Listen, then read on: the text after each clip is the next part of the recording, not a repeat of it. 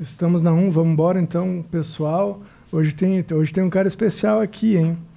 Mas vamos lá, primeiro pro nosso recadinho, ô Bill. Botou o videozinho aí do Bronze da Rê? Bora. O Bronze da Rê pra mulherada aí, ó. Até depois tu pode levar um pra tua mulher de presente. O Bronze da Rê, pra que, se tu quiser ficar bronzeada antes do verão, já chegar com a marquinha, vai lá no Instagram, o Bronze da Rê, e chama as meninas. Fechou, Bill? E a outra é a construtora inovadora, especialista em pré-moldado de concreto. Se tu é empresário e quer fazer teu prédio, chama o pessoal lá que eles vão te ajudar. Fechou, Bill? É nós? Então vamos embora. Antes de apresentar o homem que está aqui, eu vou dizer que eu nunca tive tanto trabalho para encontrar a bebida do cara. Eu acho que eu fui uns 5, 6 mercados para nós achar a Fanta Uva que o homem queria tomar. Assim, ó, tem uma explicação, né? Gostos muito refinados, tá?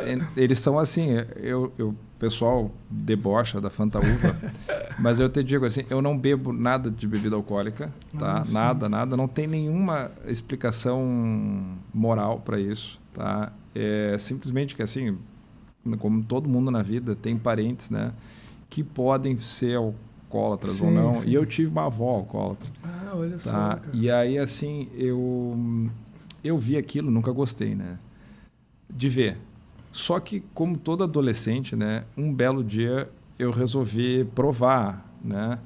E tomei um trago, assim, inesquecível, tá? E eu fiquei tão mal com aquilo que eu disse assim, eu nunca mais vou beber. Eu tinha 21 anos. Eu tô com 42, eu nunca mais bebi. Olha só. E sempre gostei de refrigerante. E a Fanta Uva, para mim, é a melhor que tem. Então, assim, é um motivo de deboche. Todo mundo fala da Fanta Uva, mas, assim, é o meu refrigerante favorito. Eu te agradeço. E se eu puder tomar, eu já vou abrir. Contigo. Então, tá bem. Maravilha. Então, vamos lá. Hoje a gente está aqui com Felipe Só dos Santos Lumertz. Ele é juiz corregedor do TJRS.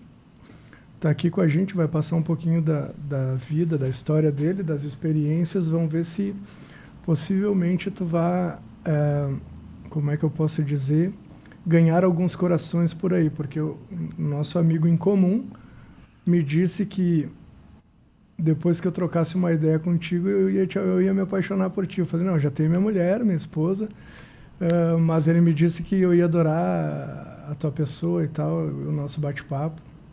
Então eu quero te agradecer por ter aceitado estar aqui com a gente. Eu sei que a vida de vocês é bem corrida, sempre, mas para mim é uma honra ter tu aqui de verdade. E eu não sei, eu te chamo aqui de senhor, de doutor, não. Como é que tu chama de prefere Felipe. Me chama de Felipe porque, então, tá. Na verdade, o juiz, ele é uma pessoa, como todos, né? A gente vive numa república, todo mundo é Legal. Ser humano. E eu ganhei o nome da minha mãe no registro civil. E eu gosto de ser chamado pelo nome. E, inclusive, assim, eu sei que é uma tradição de, né, cultuar os pronomes de tratamento e tal, a autoridade, tem que ser doutor e tal. Quem trabalha comigo e sabe disso, né? Eu dispenso no meu âmbito interno a minha assessoria, meus estagiários. Quando eu estava na jurisdição, hoje eu estou numa parte administrativa, mas ainda assim eu dispenso. O pessoal insiste, mas eu digo, não precisa. Que legal. Tá? Então, para todo mundo, pode me chamar pelo nome, que não tem nenhum problema. É o nome que eu recebi e faço gosto dele. Legal. Então tá, obrigado de verdade, tá, Felipe, então, por estar aqui com a gente. A primeira coisa que a gente faz aqui, normalmente, depois de nós apresentarmos, é pedir que o convidado faça uma autoapresentação, porque a gente sempre conhece o convidado mais superfluamente, mais rasamente. Ninguém melhor do que a gente mesmo para fazer uma apresentação. Então, Felipe, fica à vontade, te apresenta aí, é contigo. Então tá. Assim, ó, primeiro, eu tenho que agradecer. Eu acho que a oportunidade de falar e conversar com as pessoas e contar um pouco da nossa vida é sempre muito legal, né? Muito bacana. E vindo do Mosman, que é o nosso amigo em comum, né? E é uma pessoa maravilhosa, assim. O sujeito nota 1000, assim. Quando ele me perguntou se eu queria, eu me senti, assim, no dever de vir. Então, eu que te agradeço. Mas falar de mim, assim, eu sou um cara bem comum, assim, né? Eu nasci em Porto Alegre, fiquei aqui até os meus 26 anos, quando eu passei no concurso para juiz. Então, com 26 anos, eu me tornei magistrado, mas antes disso, né? Eu me formei em Direito pela URGS. Assim que me formei, eu fui trabalhar como assessor de uma desembargadora no tribunal, desembargadora Maria Isabel de Azevedo Souza. Fiquei 2 anos e 3 meses lá, advoguei 1 ano e meio. Eu fui advogado. Estagiei em escritório de advocacia. E, na verdade, eu conto essa história porque ela é verdadeira, né? O que aconteceu? A gente, às vezes, tem fatos da vida que mudam os nossos destinos. Eu acho que isso é muita coincidência do universo, mas o espiritismo gosta de dizer que tudo tem um sentido de ser. Os meus pais se separaram quando eu entrei na faculdade. Na verdade, foi até uma coisa assim, eu passei no vestibular, quando saiu o listão, né, eu fui para a praia com a minha irmã, eu tinha uma namorada na época, lá na Praia do Imbé. Então, eu fui para lá, a gente tinha casa lá. E aí, quando eu voltei, né, o meu pai tinha ido embora. meu pai esperou o vestibular acabar e foi embora, se separou da minha mãe. E ali eu tive que começar a ajudar em casa, porque a separação ela gera normalmente um empobrecimento familiar. Sim. Então eu tive que começar desde o início da faculdade a trabalhar para ajudar em casa. E no início, né, hoje nós temos seleções de estágio centralizadas para o poder público, mas antes era muita indicação, né? Conhecia alguém e tal. E a minha família não tem nada a ver com direito, nada. Meu pai é engenheiro, a minha mãe é professora. Assim, o primeiro a desbravar o caminho do direito foi o meu irmão, que é promotor de justiça. Olha tá? só. Em Caxias, ele tem 6 anos a mais que eu. Eu fiz direito por causa dele, a verdade é essa. Olha que legal. Ele é uma inspiração e também uma referência, o que gera para mim uma pressão enorme, porque como ele é um cara super inteligente, super legal, as pessoas esperam isso de mim e eu não confirmo em nada, né? Nem na inteligência disso e nem sou tão legal quanto ele, assim. Mas o que aconteceu? Eu comecei então a história de advocacia, que era onde eu tive a abertura, né? E já no 2º semestre eu estava trabalhando nesse escritório. E aí no 4º ano da faculdade a gente começa com aquelas cadeiras de prática, né? Que tu tem que assistir às audiências e tal. E foi numa audiência dessas que eu tive presidida hoje por um desembargador, que é o desembargador Antônio Vinícius Amaro da Silveira. Ele era juiz aqui em Porto Alegre. E ele julgou em audiência uma ação de usucapião, reconhecendo para a pessoa o direito à aquisição da propriedade imobiliária. E era uma pessoa muito humilde, assim, ela chorou na audiência e tal. E eu sempre digo essa frase, depois eu tenho que esclarecer, né? Quando eu olhei aquilo, eu disse, é isso que eu quero fazer. Eu quero ajudar as pessoas. E quando eu digo isso, as pessoas dizem assim, tu quer fazer pessoas chorarem? Não, não quero. Eu quero ajudar as pessoas, né? E ali eu decidi que ia ser juiz. Estava no 4º ano da faculdade. E aí eu cheguei no escritório e disse, olha, eu estou largando tudo. Eu tinha um dinheiro guardado já, agora eu vou estudar para ser juiz. E foi o que eu botei como meta na minha vida, né? Eu passei o 5º ano da faculdade só estudando já para concurso, né? E deu a sorte eu volto a dizer sempre as sortes, né? As coincidências da vida, de a minha então professora de Direito Administrativo da faculdade me chamar para trabalhar como assessor dela no tribunal.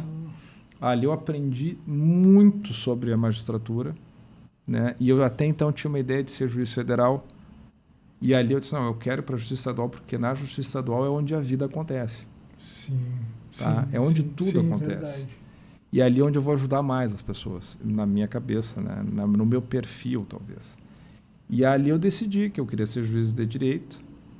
Estudei junto do trabalho, né? Porque eu precisava. E aí, em 2008, eu parei no tribunal. Por quê? Porque eu não conseguia estudar o suficiente, né, para a magistratura. Sim. Aí, como eu tinha reunido um dinheiro, eu sempre fui muito econômico, assim. Eu tinha reunido um dinheiro, eu parei para estudar e comecei a advogar. Olha. Porque eu precisava da atividade jurídica, né? Tinha que ter 3 anos. Tinha que ter 3 anos. Na tua época já tinha. Eu já sou do pessoal pós-emenda 45, precisava de 3 anos. Não, é verdade. Então, eu tinha 2 anos e 3 meses de tribunal, parei, aí comecei a advogar. E eu sempre gostei de advogar. Eu vou te dizer assim, eu sempre gostei de advogar. Sério, o meu problema era o calote, que tu trabalhava e não ganhava. Tá? Então, assim, ó, isso era brabo, assim, né? E na advocacia tu começas a entender umas coisas que são muito interessantes. Não sei se tu já viveu isso, tu é advogado, né? De quanto conseguia um ganho, uma liminar, uma sentença favorável. Imagino já que... Aí chegava para a parte e dizia, olha, deu certo, né? Aí a pessoa diz assim, não, mas eu tinha direito. Eu já tinha direito, tu só fez o óbvio, né? Sim, perfeito, tá? É isso. Só fez o óbvio. É isso, perfeito. Assim, tu não é bom. Tu não é bom. Tu só deu o óbvio. Tu fez o óbvio, era tão óbvio que eu tinha direito que, assim, né? E se tu perdes, né? Porque a pessoa não tem direito, ou porque, enfim, não deu. Tem situações que não tinha que fazer. Aí a pessoa diz assim, mas tu é ruim mesmo, né? É isso aí, é bem isso. Então, assim, eu vivi muito esse dilema, por isso que eu respeito tanto a advocacia. Eu sei como é difícil a pressão da parte, e tu entende, tu tá vivendo lá o contato imediato, né? Mas aí eu comecei a estudar junto com a advocacia. Sim. E dei a sorte também de 7 meses depois que eu parei para estudar, eu fiz a júris, veio o concurso. Olha só. E aí, o meu concurso foi o mais rápido da história do tribunal. Ele terminou em 9 meses. Nossa. Começou em março, terminou em dezembro. Já nomeando. Não, aí foi uma coisa interessante, porque acabou o concurso, eu passei, né? Graças a Deus, assim, tá bem feliz, né? Agora você é juiz e tal. Só que a gente tinha um curso de formação de 4 meses, que ainda tu não era juiz, isso mudou. A minha turma foi a única que teve isso. A gente teve um curso de formação que era eliminatório, pré-magistratura. Tá? Então, assim, eu fiquei 4 meses nesse curso de formação, aí acabou o curso de formação, e aí eu virei juiz mesmo. Aí eu tomei posse em 2010. Pá, que legal, 26 anos. 26 anos. Nossa, novo pra caramba. Ô, Felipe, eu ia te fazer uma pergunta, mas tu já respondeu, que era por que o direito, né? Aí tu já me disse que teu irmão é a tua referência, né? Mas a resposta, ela pode ser complementada. Então e vou te dizer, assim, ó, como acho que todo menino, assim, o sonho era ser jogador de futebol, né? Mas, assim, eu nasci com tudo errado, né? Eu jogava mal para burro, assim. Eu não era tão ruim, também não vou dizer assim, não vou me avacalhar. Eu era ruim, mas nem tanto, assim. Eu corria, era um zagueiro vigoroso, assim. Sim. Mas não tinha habilidade nenhuma, né? Não tinha nenhuma condição de ser jogador. E assim, ó, o jovem, quando ele não desempenha bem nos esportes, e quando ele usa óculos, eu uso óculos, eu tirei o óculos por constrangimento, tá? E quando, além disso, ele tem um monte de espinha, ele só tem uma solução na vida, que é estudar. Assim, eu estou brincando, estou brincando, mas assim, eu tinha que estudar, e eu peguei muito gosto pelo estudo. E claramente gostava mais das áreas humanas, assim. Português, literatura, história. E eu peguei muito gosto por história. Eu tive um professor, o nome dele era Marcelo Paiva. Ele foi um baita professor, assim. E eu olhei para ele e disse, eu quero ser professor de história. Eu vou ser professor. Né? Então, antes do direito veio a docência. Eu queria ser professor por tudo na minha vida. Tá? Só que assim, ó, o meu pai, ele achava que eu poderia ser professor, mas como uma atividade complementar. Que eu tinha que ter uma outra carreira, como engenheiro, médico e tal. E eu não queria nenhuma dessas carreiras, né? Aí no último dia de inscrição para o vestibular, eu estava ali na frente do computador, aí passa o meu irmão estava fazendo direito na PUC. E aí eu olho para ele e pergunto, é legal e tal. E ele diz, eu adoro. Meu irmão nasceu para o direito. Meu irmão, assim, ele é o operador jurídico por excelência. Ele é um cara correto, um cara sério, inteligente, assim. E aí, como ele era essa referência na minha vida, né? Eu disse, então eu vou tentar. Vai que, né? E marquei o vestibular. E assim, como meus pais estavam em processo de separação já, eu só tinha a alternativa de passar na URGS. Sim. Tá? Meu pai abriu o jogo, não vou poder pagar mais uma faculdade. Ele pagava para o meu irmão, pagava para a minha irmã. Né? Então, tu é o mais novo daí? Eu sou o mais novo. Sim. E eu tinha que passar na URGS. Né? E era muito difícil passar na URGS. Então, o que eu fiz? Eu botei primeira opção direito e segunda opção história, porque se eu entrasse na segunda opção, eu ia ficar feliz, assim, né? Sim. Mas também por aquelas coisas da sorte da vida, eu consegui aprovar no primeiro vestibular e fui para o direito, assim, meio que pelo acaso. Sim. Tá? Porque eu, enfim, a história deveria ser um segundo momento da minha vida, né? Só que acabou que eu gostei, me apaixonei loucamente, assim, e gosto até hoje, tá? Eu tenho aí, eu tinha 18 anos quando eu entrei na faculdade, 17 para 18, e eu tenho 42 anos hoje e eu gosto muito do direito até hoje. Não é um discurso fanista, assim, eu realmente gosto. Que maravilha. Ô Felipe, agora em cima da tua primeira resposta aqui, né? Que tu dissesse que lá quando começou as matérias de prática e tal, que tinha que ver a audiência e tal, ali tu foi picado pela mosquinha aquela de que tu queria ser juiz para ajudar as pessoas, né? Qual é a importância, no teu ponto de vista, vamos ver se eu consigo fazer a pergunta da forma mais correta, tá? Tá. Qual é a importância, no teu ponto de vista, de que o juiz tenha o pé no chão, conheça o povo, entende? Não seja um cara só de gabinete ou que não andou no meio das pessoas que em tese ele vai ajudar. Entende a pergunta? Entendi. Claro que eu entendi. E vou te responder com a minha experiência biográfica, né? Então, assim, ó, vamos começar. O que eu percebo em geral, né? O concurso ele é muito difícil, tá? Então, exige muita dedicação, formação teórica, muita formação teórica. E para tu teres essa bagagem teórica, ou tu tem uma família que é capaz de sustentar, ou tu trabalha junto para conseguir manter esses estudos em nível alto, né? E o que isso gera? Assim, eu, com 26 anos, tu imaginas assim, eu sou nascido em Porto Alegre, eu tenho uma família de classe média, tá?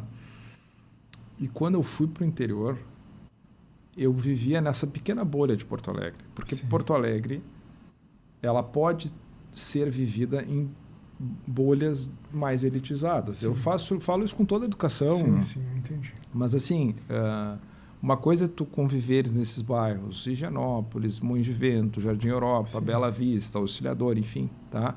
Que são bairros protegidos, são bairros limpos, são bairros com toda a infraestrutura assegurada. E dentro de escolas particulares, onde tu tens todo um quadro protetivo, tudo muito estruturado. E quando tu te deparas com a realidade da população do Brasil, né, e do Rio Grande do Sul, tu vê o quanto, do ponto de vista humanístico, a gente não fica preparado para atender essa demanda. E essa experiência a gente só vai adquirir na realidade, só vivendo. Tem coisas que a gente aprende vivendo, né? Então, assim, assim que eu assumi, eu fui para o interior, eu digo assim, foram os melhores anos da minha vida. Porque tu aprende a viver a realidade, tu sai daquele círculo super protegido, né? E tu te depara com todas as realidades humanas possíveis. E para tu viver isso bem, é naturalmente obrigatório que tu tenha essa sensibilidade. Sim. Que tu tenha essa capacidade de olhar para as pessoas, porque assim, é muito interessante, né? A gente vive na justiça estadual com todos os tipos de conflitos possíveis. Sim, a vida acontece ali, né? A vida acontece. Perfeito. Desde o conflito familiar, a violência doméstica, a criança e o adolescente em situações de desamparo ou de negligência familiar, os crimes, as organizações criminosas, tá? Isso tudo passa por ti. Sim. E ao longo da magistratura, tu vais mudando também, né? Digo assim, vou dar um exemplo concreto, Tá. tá? Vou dar um exemplo bem concreto. Não sei se já foi assaltado. Já sofreu Graças a Deus ainda. Tá. Mas eu já fui, Tá. tá? E, assim, eu não era juiz ainda. Mas eu fiquei muito magoado, assim, porque, me roubaram o carro e tal. Arma na cabeça, Sim. o sujeito dizia que ia me matar. Nossa. E aquilo, assim, gera, normalmente, para as pessoas, né? Aquela resposta banal, assim, não, tem que prender, tem que isso, tem Sim. que... Quase uma vingança, digamos. Sabe? E aí eu digo, assim, para as pessoas, né? Quando elas reclamam das penas e tal, já foi num presídio. Ficou 10 minutos no presídio. É Tá? um horror, eu já fui. Pois é.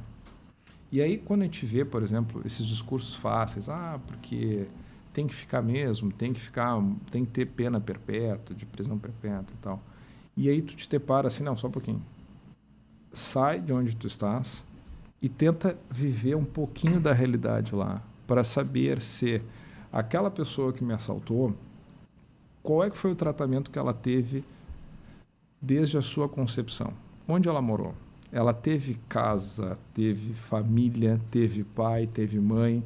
Como é que ela recebeu o tratamento do Estado? Teve educação? As escolas que ela frequentou tinham adequação para poder dar a ela uma boa educação? Ela teve oportunidades na vida? Ela foi bem tratada por agentes públicos? Alguém olhou por ela? Ou daqui a pouco ela reagiu a todo um cenário? Claro que tem várias situações, sim. é muito complexo, é questão do Sim. livre-arbítrio e tal, mas assim, o juiz ele tira, e é sério isso, as suas convicções pessoais, ele é obrigado e vai ver a realidade, e vai enxergar as pessoas, e vai ver o local onde o adolescente que está cometendo vários atos infracionais, se ele for internado, para onde ele vai? Se ele for internado provisoriamente, onde é que é o CASE? Ele vai ser bem recebido lá, a estrutura é boa e normalmente é, tá? Via de regra, tá? Uma criança que tu vai tirar da família e vai colocar num abrigo, tirando da família, qual é o estrago que tu vai produzir? Sim. Porque tu faz um dano. Sim. Saindo desse núcleo familiar, indo para um abrigo, vai ser bem cuidado. E aí, assim, a gente tem hoje uma série de obrigações, por exemplo, na infância. Tem que inspecionar essas entidades que cumprem as medidas socioeducativas para saber se o adolescente está sendo corretamente atendido. As crianças que estão em abrigo têm que fazer as audiências nos abrigos para ver se fica lá ou se vai retornar para a família. Sim. Nossa. Os juízes da execução penal têm que inspecionar os presídios para saber o que está sendo dado de comida, como é que estão as condições. Então, assim, o juiz ele vai vendo a realidade. Ele vai encarando o mundo. E aí ele adquire um conhecimento empírico da realidade. Perfeito. Que, assim, óbvio que eu poderia estar soando até presunçoso de achar que só essa carreira dá essa bagagem. Sim. Claro que não. Mas, assim, é uma das carreiras que te dá esse privilégio. Sim, entendi. De viver a vida da sociedade em geral, assim. É muito legal. Ver, né? Tudo acontecendo, na verdade. Que legal. Tu sabe, tu falasse agora que tem a questão do livre-arbítrio aqui também. Particularmente, eu não acredito muito nessa teoria, pelo menos não do jeito que ela é posta, do livre-arbítrio. Aí eu estou te passando uma concepção minha, assim. Em que pese, tu viu que está escrito ali, né? Uhum. A minha história seja bem dura. Eu fui nascido e criado numa comunidade bem pobre aqui de Porto Alegre e consegui subverter a condição que eu tinha. Mas não acho que subverti por conta do livre-arbítrio. Acho que tive sorte no caminho também. E eu não acredito no livre-arbítrio, assim, da forma com que talvez ela seja posta pra gente, porque eu acho que, na média, a gente é sempre fruto do meio que a gente tá. E se isso é verdade, meio que o livre-arbítrio fica prejudicado, eu entendo. Mas é isso. Esse é o grande ponto. É por isso que quando eu volto e meia, as pessoas me enxergam como juiz. E tem duas coisas quando as pessoas sabem que tu é juiz, elas te perguntam. Primeiro é sobre demandas trabalhistas. Pessoal, nem todo juiz é juiz trabalhista, né? Então, se alguém me pergunta sobre direito do trabalho, eu fico nervoso, assim, é sério, tá? Porque, assim, embora eu tenha tido a cadeira e tenha tido uma baita professora, a Carmen Camino, ela foi juíza do trabalho, ela é uma baita referência, mas, assim, o direito do trabalho não me picou, a mosquinha do direito do trabalho não me picou, tá? Agora, assim, ó... essa é a primeira coisa. E a segunda coisa que vem falar para mim é sobre criminalidade. Tá. Como se todo juiz de direito seja apenas juiz criminal. Sim, sim. Né? E eu fui juiz criminal por 9 anos. E pela graça de Deus eu estou longe do crime há 6. Tá? Então, assim, ó, eu não sou um juiz do crime. Eu, inclusive, eu dou algumas aulas, assim, sempre de processo civil. Eu brinco nas aulas que eu dou. Olha, a melhor matéria é o cível, eu amo o cível e tal. O crime não me pega, tá? Mas as pessoas vêm falar muito comigo sobre a questão da criminalidade. E tu deve saber que o discurso que prevalece, assim, é um discurso punitivista, Sim. né? Ah, mas ele quis fazer. Ah, mas... Sim. Só que assim, ó, a gente que conhece a realidade sabe que não é assim. Não Sim. é assim que funciona. E realmente não tem como a gente ignorar que as circunstâncias do meio, da vida, da convivência social, elas vão interferir no próprio processo de escolha. Perfeito. Sabe? É esse e o sujeito está lá. Aí a gente sabe, assim, né? E é muito comum. Eu fui juiz da infância também. Então eu pegava ato infracional. E da infância eu fui por 12 anos. E aí, assim, tu via adolescentes, né? E já com ligações com facções criminosas, normalmente relacionadas à traficância, né? E aí tu pensava, aí eu conversava com eles, né? Aí chegava uma hora, acabava a audiência assim, vamos falar. Por que isso, velho? Assim, esquece o processo. Sim. Por que isso aconteceu? Tá? E aí os adolescentes choravam. Bah, mas eu queria um tênis. Pois é. Bah, mas eu queria o celular. E assim, e não tem nem comida. Sim. Sabe? E ali era um meio fácil de conseguir. Sim. E aí, claro que tu vai dizer assim, mas lá no fundo tem um processo volitivo, uma escolha por fazer o que não se permite, ou não é, o que é proibido, Sim, né? porque sabe que é proibido. Eu Tá. entendi, claro. Só que assim, ó, cara, tu não pode ignorar o contexto daquela pessoa. Perfeito. Esse é o ponto. Agora vamos lá, seguindo, né, ver como é bom conversar, né? Não tem nada a ver com o que está escrito aqui nas minhas perguntas, mas a conversa vai indo, né? A pena não deveria ser... Aí tá, claro, a gente sabe que tem o princípio da igualdade, aquela coisa toda, mas não deveria ser a pena mais severa, talvez, para aquela pessoa que teve o livre-arbítrio de verdade, aquela que viveu num bom ambiente. Aí entende? Eu não sei se o pessoal que está vendo... nós vamos filosofar eu falei assim, eu não me pergunta em direito penal.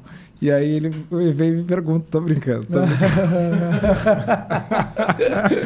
Mas assim, não, na verdade eu concordo. E sim, o artigo 59 do Código Penal, quando ele estabelece da pena base, ele estabelece vetores para tu fixar o início da pena dentro a dosimetria tem 3 fases: a pena base, pena provisória e a pena definitiva. E na pena base, tu podes aumentar conforme os vetores que estão ali, e um deles é a culpabilidade. A culpabilidade ela é entendida ali não como a consciência potencial da ilicitude, a imputabilidade, não. Ela é entendida justamente como censurabilidade. A pessoa que tem capacidade de entender o que está fazendo, assim... e de quem se esperaria menos, tu pode sim aplicar ali. Realmente, ali tem, a lei já permite isso. Mas é na pena base. É na pena base, que assim, tu vais aumentar um pouco da pena mínima, né? Mas sim, ali tu tens como censurar essa... entendi. Tá, vamos voltar aqui para mim. Se vai para o direito penal, daqui a pouco eu vou te dizer assim, ó, vamos chamar um juiz para falar aqui, porque Ô, Felipe, como é que foi... tu ir para a corregedoria. Pois então. Se tu puder dizer o passo a passo para chegar até a magistratura. Se tu puder dar assim, um passant da magistratura até chegar a juiz corregedor. Conto. Assim, ó, vamos começar então pela aprovação no concurso. Perfeito. Aprovação no concurso.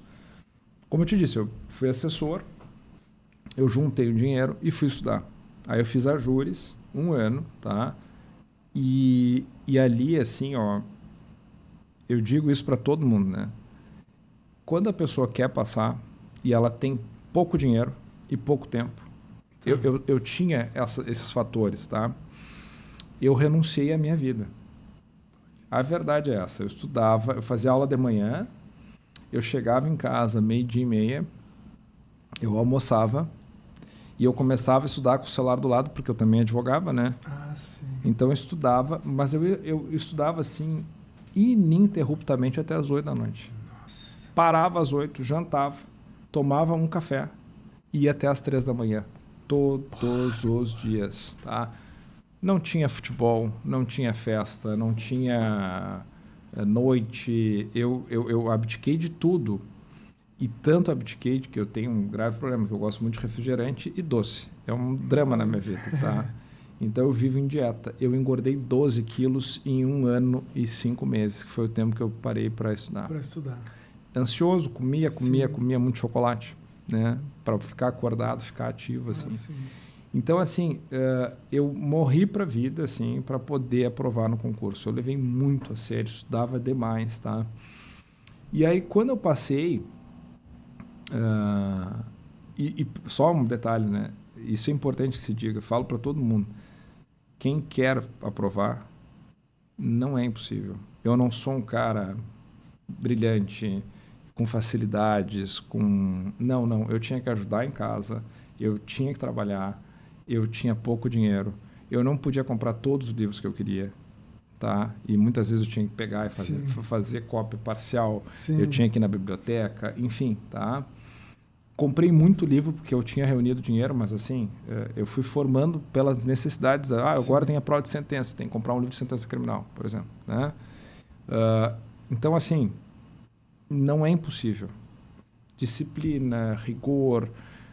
Também acho assim, eu acho que eu fui exagerado na quantidade de tempo que eu estudava, porque acabou que eu aprovei em 8º lugar, né?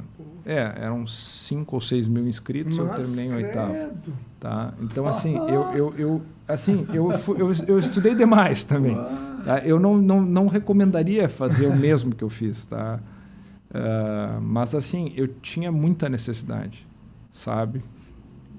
Então, mas uma vez que eu passei, eu rodei pelo interior, que foi onde eu te disse que foram os melhores anos que eu tive. Porque na Justiça Estadual são 3 entrâncias.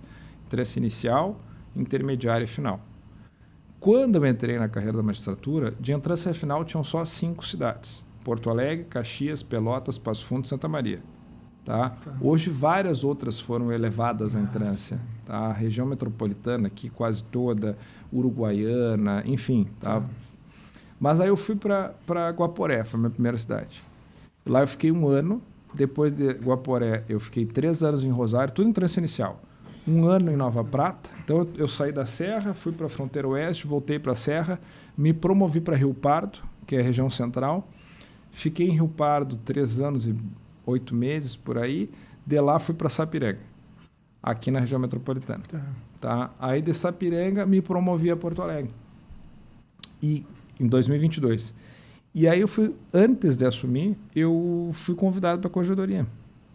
Antes de assumir... Eu ia ser juiz, eu vim pronto para ser juiz, e aí disse, não, a gente gostaria que tu trabalhasse na corregedoria. Foi muito legal, porque a corregedoria, ela é um órgão administrativo. Sim. Tá? Então, tu deixa de ser o juiz que julga processo, que faz audiência e tal, e tu passa por uma função de administrador com 2 funcionalidades, né, básicas. Uma delas é o juiz corregedor é o juiz que vai fiscalizar o trabalho dos juízes. Então, reclamações de advogados, reclamações de partes, conferência de produtividade, isso é o papel da corregedoria, né? Então o advogado reclama, o juiz não despachou no processo, o juiz não julgou, vai para a corregedoria. E o juiz corregedor vai ter que fazer um parecer dizendo se há uma demora ou se não há uma demora, né? E o juiz também, o corregedor, ele faz o planejamento da organização da justiça de primeiro grau. Então, as funcionalidades, vai botar o EPROC, vai desenvolver um robô para fazer a pesquisa de bens no Cisbajude, vai criar uma vara, vai mudar a competência, vai equalizar a carga de trabalho entre juízes que têm igual competência, vai, enfim, organizar um sistema centralizado de cumprimento dos atos processuais para o Estado todo, que foi feito na corregedoria. No período que eu estava lá, a obra de um grande amigo meu, André Dalsogro. Tá? Então, assim, isso é o que nós fazemos. E, além disso, a corregedoria tem a atribuição de fiscalizar os serviços notariais registrais, os cartórios, tabelionatos de notas, tabelionatos de protesto e os cartórios de registro civil. Pessoas naturais, pessoas jurídicas, títulos, documentos, imóveis, isso tudo é nosso. Eu estou há 2 anos já nessa fiscalização dos cartórios. Meu papel é esse lá. Hoje é esse. Hoje é esse. Fora, eu tenho outras atribuições, mas assim, essa é a minha atribuição principal. Tá. Ô Felipe, tu sabe que eu fiquei sabendo que alguns desembargadores fizeram votos de louvor nas tuas sentenças. Isso é verdade? Olha, não vou mentir, sim, é verdade, tá? Mas assim, ó, eu vou te dizer, o voto de louvor é um reconhecimento, né, pela qualidade do trabalho que foi desempenhado. O que acontece, né? Eu sou muito chato, eu sou muito detalhista, tá? E, na verdade, a atividade do juiz ela tem mudado. Isso é importante dizer. Eu comecei com os processos físicos, tu também, né? Sim. Então, assim, o processo físico ele tinha mais tempo ocioso do processo. Porque, olha só, tu protocolava a petição, vinha para o cartório juntar, o cartório juntava, numerava a página, dava para o juiz vinha para a conclusão, aí o juiz despachava, do juiz despachar, devolvia para o cartório, até o cartório publicar, ficava numa estante, e assim ia. Sim. Tá? Então, se eu despachava hoje, ou dava uma sentença hoje, daqui a 3, 4 meses vinha o teu recurso, a tua apelação, teus embargos de declaração, pedido de consideração, porque era o tempo que a atividade manual, a atividade do homem exigia. Sim. Certificar prazo, enfim. Hoje, com o processo eletrônico, se eu dou uma decisão agora, daqui a 2 minutos tu entrou no teu celular, tu está insatisfeito, tu vai fazer uns embargos de declaração ali, tá? Ou, como muitos escritórios já têm, ferramentas de inteligência artificial que do evento sentença, ele já tem uma apelação pronta. Nessas matérias repetitivas, bancárias, por exemplo. Tá? Sim, perfeito. Sai o evento sentença, o programa de inteligência artificial lê que saiu uma sentença e ele apela. E às vezes isso acontece em minutos. Em minutos, assim, em questão de 10, 15 minutos. Tá? Então, assim, o juiz, ele hoje lida com uma realidade de gabinetes com 4, 5 mil processos concluídos. É demais, porque o processo eletrônico avançou muito, tá? Deu celeridade, né? Eu peguei essa etapa, mas eu estava na fase, assim, o EPROC já tinha sido implementado, já tinha 3 anos, já tinha uma série de técnicas de tramitação ágil do processo já implementadas, tá? Mas eu peguei muito o processo físico. Sim. De 2010 a 2019, processo físico. E o que acontece? Nesse período, o juiz ele já tinha que ter organizações do gabinete e tal, mas ele ainda conseguia ser um artesão de olhar um processo, fazer o processo. Sim. E aí eu vou te dizer, aí é uma característica minha, porque como eu sou chato, sou mesmo, tá? Os processos mais difíceis eu sempre disse, esses eu que faço. Olha só. Eu nunca deleguei. O que era complexo, e a minha equipe pode confirmar isso, assim, até hoje, assim, eu na corregedoria, o juiz corregedor deixa de ser um juiz com uma equipe que trabalha para ele e ele passa a trabalhar para um desembargador, que é o corregedor geral, e hoje é uma corregedora, que é a desembargadora Fabiane, que é um amor, assim, uma pessoa maravilhosa, tá? Então, tu volta a ter esse trabalho intelectual autoral, que tu vais escrever, né? E eu nunca perdi, porque eu sempre tive essa tarefa assim, não, olha, gente, eu vou corrigir o que vocês fazem, tá tudo certo. Tá. O que é processo padrão, eu crio, assim, soluções padrão. Perfeito. Mas aquilo que é diferente, eu vou fazer. Porque eu gosto. Eu gosto de julgar. Eu gosto de ouvir uma testemunha. Legal. Só que assim, como eu sou um cara lento, né? Eu demoro mais, eu trabalho mais horas. Eu tenho que trabalhar mais horas, mais dias, final de semana, enfim, né? Então, esses processos que eu tive, votos de louvor, eu digo que a sorte, ela acompanha, tá? Eu tive casos que foram casos muito interessantes para julgar. Olha só. E aí a sorte é a sorte. Eu vou dar o primeiro, por exemplo, né? Que foi, eu estava em Guaporé e eu fui substituir uma licença gestante. Só que a colega, antes de sair de licença gestante, compartilhou a unidade comigo. Então eu recebia processos pares e ela os ímpares. Tá. Eu cheguei, peguei os pares que estavam conclusos para a sentença e em 15 dias julguei. Eu não tinha mais nada para fazer. Nada, absolutamente nada, tá? A minha colega ligou dizendo, olha, eu vou sair em licença daqui a 15 dias. Teria como ele julgar os meus processos? Porque, tá? Sim, ele vai ficar com tudo, ele vai ter que julgar, daqui a 15 dias é dele. E aí a colega que estava na corregedoria disse, não, a gente vai mandar para ele uns processos de Garibaldi que precisam julgar. Olha e aí isso. veio uma carga de 150 processos, mas assim, tu imagina, só bucha.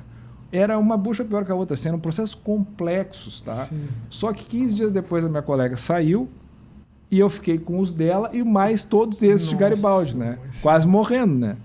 No meu primeiro ano de magistratura, eu tinha que trabalhar assim, loucamente. E um dos processos que eu recebi era uma ação civil pública por improbidade administrativa. Só que ela era, eu não estou brincando, era essa mesa toda de processo. Nossa. Tá? Eu não estou brincando. Eram 34 volumes. Tá? E depoimento. Eu não preciso nem te dizer que foi o último processo que eu julguei, né? Eu fiz todos os 149 e deixei esse por último, porque era o mais difícil. Tá? E aí, quando eu sentei, eu fiquei 10 dias. Eu não fazia mais nada. Eu fazia as liminares de manhã e eu só fiz esse processo. Eu não fiz audiência, nada. Só fiz esse processo. A minha sentença tinha 132 páginas, tá? E eu não estou brincando, era matéria de direito e de fato mesmo, tá? Porque era uma acusação, improbidade é uma acusação, né? Sim, perfeito. E aí, o que eu achei engraçado, o desembargador me deu o voto de louvor, ele reformou quase toda a minha sentença, assim. Mas eu acho que ele ficou com pena de se ver seguro e trabalhou para valer, assim, sabe? E me deu. Mas eu tive a sorte de receber esse processo. Claro, né? que veio de outra comarca. De outra comarca, eu nem imaginava. Aí, assim, em Rosário do Sul, que eu também ganhei um voto de louvor, foi um dos últimos processos que eu julguei, e era um processo, assim, relativamente simples, mas que ele tinha uma complexidade específica, porque uma área que era num complexo industrial da cidade foi desapropriada. Tá? Então, o município ia lá fazer um parking, e fez um parque industrial. Tá? Só que era uma empresa privada. Então, entre o decreto de interesse público da desapropriação e o registro na matrícula com pagamento da indenização decorreram anos. E nesse meio tempo as pessoas moraram ali, construíram suas casas e tal. Tá. E aí a discussão jurídica era se aquele decreto ele era suficiente para incorporar a propriedade ao município e daí gerar a impossibilidade de uso capião ou não. Então era uma questão jurídica bem legal e eu tive que explicar, olha, o que aconteceu e tal. Enfim, foi uma sentença mais simples, mas assim, uma discussão jurídica muito interessante. Um caso né? bem... Se o decreto tinha uma eficácia declaratória já para afetar a área pública e impedir a aquisição da propriedade ou não. E aí eu citei Pontes de Miranda e enfim, porque eu fui a fundo, eu gostei do tema, né? Que legal. Aí, assim, eu tive 3 votos de louvor por um mesmo conflito societário. Uma empresa da Serra, uma das cidades que eu trabalhei, um grupo, os irmãos se desentenderam, começaram a disputar o conflito familiar ali pelo controle da empresa, mas cada processo era um processo também de 15, 20 volumes, né? Então, eu me inteirei muito do conflito e julguei, fiz sentença também, era 200 folhas, era uma coisa assim. Tive sorte, porque eram processos complexos e legais de julgar, né? E eu fazia. E aí a tua sentença tu fazia assim, artesanal. Total. Total. Do início ao fim. Do relatório ao Depois que tu dispositivo. entendeu, Sim. que legal, cara. Mas assim, eu tive uma sorte justamente de pegar processos que eram muito bons para julgar. Muito bons. E aí, assim, deu com essa sorte, e como eu sempre gostei de trabalhar e gosto de julgar, eu adoro julgar processo. Né? Então, aí eu tive esse... O que tu acha da IA no judiciário? Porque agora eu ouvi falar que está sendo aprovada alguma coisa, não está? Já foi, na verdade. Isso. Na verdade, já foi. Assim, os tribunais todos estão desenvolvendo... Porque eu aprendi lá na faculdade que isso jamais aconteceria, porque precisaria da subjetividade do juiz, né? Pois então, olha só. Aí eu vou te dizer, tá? O que acontece? Se a gente pegar a inteligência artificial para ajudar o judiciário, né? Ela nunca vai substituir a figura do julgador. Tá? Mas ela pode auxiliar em diversas formas. Eu vou te dar um exemplo que hoje já está sendo desenvolvida no tribunal aqui. Eu falei ontem com um colega meu que está trabalhando especificamente no desenvolvimento desse programa. O que a IA está ajudando hoje? Ela ainda não está fazendo uma inteligência artificial generativa, criando decisões. Mas esse programa que está sendo estudado, ele vai dizer assim, o colega pode escrever, ele dialoga, tá? No próprio EPROC. Onde é que foi a citação? Evento tal. Onde é que está a testemunha tal? Porque senão, principalmente processos que são digitalizados, tá? Processos que não eram nato digitais e eles foram todos digitalizados. São várias pastas. E daqui a pouco tu diz, onde é que está a contestação? Olha só. Mas não vai fazer sentença. Por enquanto. Porque vai ter a sugestão de minuto de decisões. É inevitável. Mas o juiz vai olhar e vai colocar de todo modo a subjetividade dele. Não tem como não. Isso, não vai substituir. Não substitui. Talvez facilite a sentença no sentido de vir mais rápido. Exato. Pode, assim, uma sugestão de... Tem vários programas assim, sugestão de relatório. Aí tu coloca, faça um relatório de um processo assim, vem. Aí vem o relatório. O juiz já consegue ler. Não precisa ir lá o juiz procurar o relatório para depois... Ele pode. Eu sou um que vou procurar, certo? Sim. Mas assim, tem já modelo de decisão. Legal. Eu quero que tu faça uma sentença nesse processo e se eu, por exemplo, presidir a audiência, uma audiência de acidente de trânsito. Eu sei que foi tu que bateu em mim, não eu em ti, tá? Por exemplo, o juiz pode dizer assim, esse processo eu quero de procedência porque a testemunha isso. Claro, mas cria a subjetividade do juiz. Crie uma sentença assim, e ele vai lá e vai conferir. Mas substituir esse conhecimento da causa não vai ter como. Isso nunca vai ser substituído. Não vai acontecer. Perfeito. Agora eu vou te fazer uma pergunta que é a seguinte. Tu já te deparou com o direito e a justiça? Um de cada lado? Em algum processo? Eu não sei se tu entendeu. Entendi. Já. E aí, como é que é? E o que tu escolheu? Eu vou te contar, não tem problema, eu vou te contar porque assim, ele é um caso antigo já, bastante tempo, mas é só para mostrar como a vida do juiz, assim, o pessoal... Não é fácil, né? O pessoal pensa assim, né, é o estagiário, é o servidor, é o assessor. Não.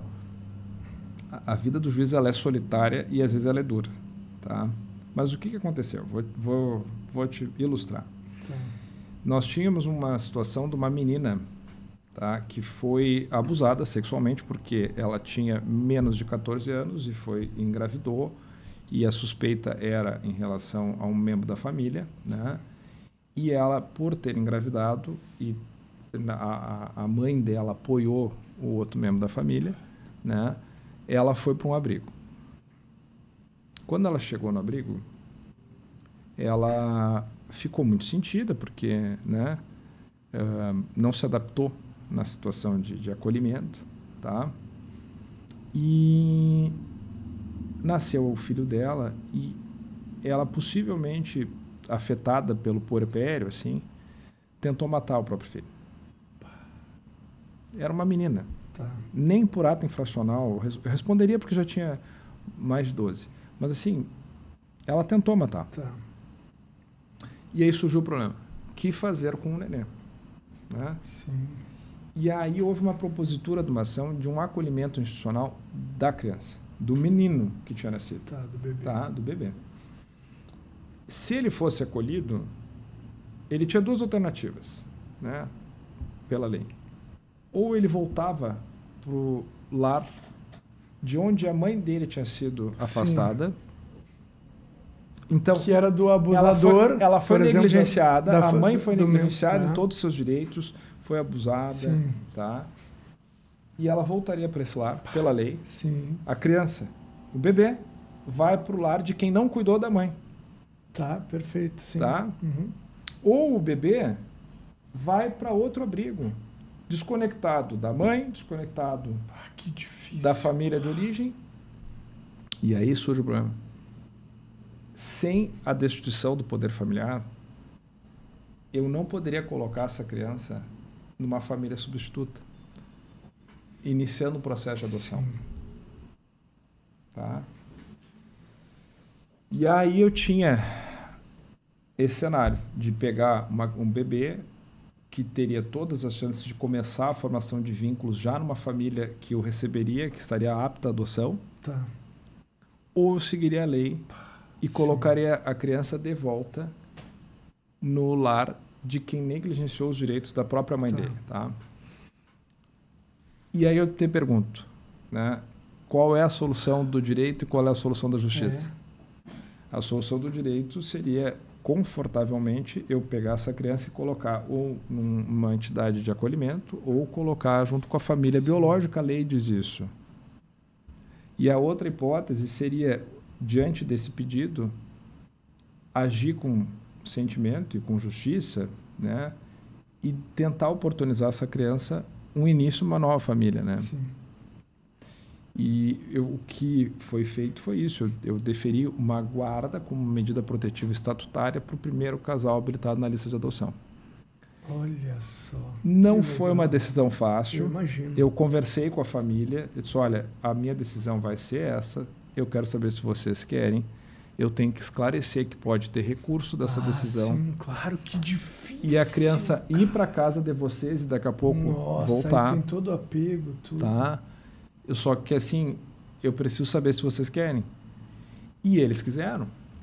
E aí eu vou te dizer assim, ó, acabou que houve a destituição do poder familiar em relação à mãe que tentou matar, porque né, ela não tinha condições de cuidar. Realmente, assim, ela era uma criança. E ela foi vulnerada em todos os seus direitos. Né? E a criança foi adotada por essa família. E quando eu estava saindo da comarca, a família foi me levar a criança. E aí eu vi quem era, né? Porque é isso que eu te digo de conhecer as pessoas, né? E eu me lembro do menino. E o menino me olhou e ele era um nenê, né? Tinha 1 ano, não falava ainda. E assim, quem testemunhou, assim, viu que era a coisa mais interessante. O menino me olhava, parecia que me agradecia. Capaz, cara. Juro, Juro. Mas aí é um pagamento que o dinheiro não paga, né? Por isso que eu estou te dizendo, assim, às vezes a gente se depara com essas situações. E vou dar outros exemplos, eu tenho vários, assim. Um deles, né? O que aconteceu? O hospital de uma cidade que eu trabalhei, dívida, penhoraram o repasse que veio da União. E assim, era dívida trabalhista. Não tinha o que fazer. Sim.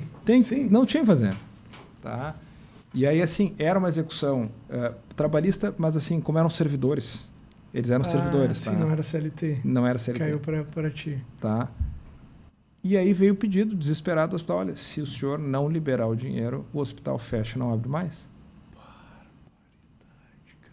Tá? E assim, tu te vê naquela situação, olha, mas tá certa a penhora.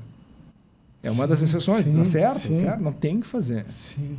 Foi comigo isso aí. Tá. Aconteceu contigo? Aconteceu comigo. Tá. Ah, é?